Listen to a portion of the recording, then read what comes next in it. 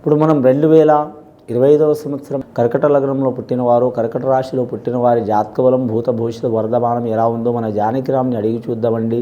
నా జానకిరామ్ కర్కట రాశి వారి జాతకం, బలం, యోగం, తలించిన కార్యం, అనుకున్న కోరిక, చేసే పనిది ఎలా ఉంది చూడు. చదువు, విద్య, ఉద్యోగం, వ్యాపారం, మనుషుల మాట, సంతాన బలంది, సంసార బలంది, కళ్యాణ బలంది, కుటుంబ బలంది, రాజయోగంది, బంటు యోగంది, మంత్రి యోగంది, అలాగే కళారంగంది, అలాగే క్రీడారంగంది, అలాగే బిజినెస్ పరంగా, వ్యాపార పరంగా, ఉద్యోగ పరంగా, నమ్మిన పని ఎలా ఉంటుంది, చేసే పనులు ఎలా ఉంటుంది చూడు జానకిరామ్.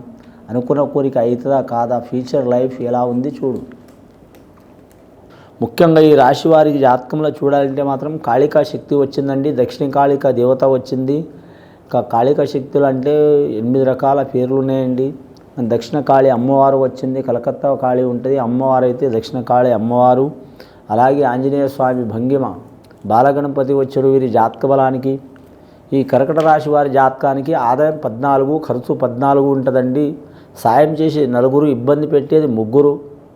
వీరికి మానసికంగా చాలా ఇబ్బందులు వచ్చే అవకాశాలు ఉంటాయండి. ఈ రాశి వారికి మానసికంగా చాలా గట్టిగా ఉంటారు. కానీ అలాగే ఇప్పుడు నడుస్తున్న టైంని బట్టి చంద్రమహారదశ బాగలేదు, కేతు మహారదశ బాగలేదు. చంద్రుడికి, కేతుకి, చంద్రగ్రహానికి, కేతుగ్రహానికి దగ్గర సంబంధాలు ఉంటాయండి.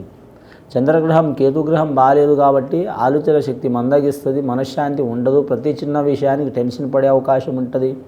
వీటిలో మిక్కిలి మాత్రం ఖచ్చితంగా వస్త్రదానం, అన్నదానం చేయటం మంచిది. అలాగే తెల్లని కామధేవుని పూజించడం మంచిదండి. అంటే తెల్లని ఆవుని పూజించడం మంచిది. దానం ఇచ్చిన కూడా చాలా వరకు మంచిది. అలాగే ఈ రాశివారి జాతకంలో చూడాలంటే మాత్రం లక్కీ నెంబర్ 2 వస్తుందండి. సోమవారం అనుకూలం ఉంటుంది. పౌర్ణమి తిథులు మంచిది. అంటే పౌర్ణమికి సంబంధించిన తిథులు మంచివి. అమావాస్యకు తిథులకు సంబంధించిన తిథులు ఇబ్బందులు పెట్టే అవకాశం ఉంటుంది. విఘ్నేశ్వరుని బొమ్మ చేపించి ఆ స్వామివారిది ఇంటి ముందర ప్రతిష్టాపన చేయటం మంచిది. ఎలాంటి వాస్తు దోషం ఉన్నా తొలగిపోయే అవకాశాలు ఉంటాయి. నరఘోష అధికంగా ఉంటుంది కాబట్టి వీరు నరులతో ఎంత జాగ్రత్త ఉంటే అంత మంచిది. అని గొడవ పడితే ఇబ్బందులు వస్తాయి, గొడవ పడకపోయినా ఇబ్బందులు వస్తాయి. కాబట్టి ఆచితూచి ఉండాలి. ఈ జాతక బలానికి ఇది తొందరగా హర్ట్ అయ్యే అవకాశం కూడా ఉంటుందండి. ఇది తొందరగా నమ్మే అవకాశం కూడా ఉంటుంది. స్వచ్ఛమైన యోగ బలం ఉంటుంది వీరి జాతక బలానికి. ఇది ఆత్మవిశ్వాసం కొరకు మాత్రం ఆత్మలింగేశ్వరుని పూజ చేయటం చాలా వరకు మంచిది.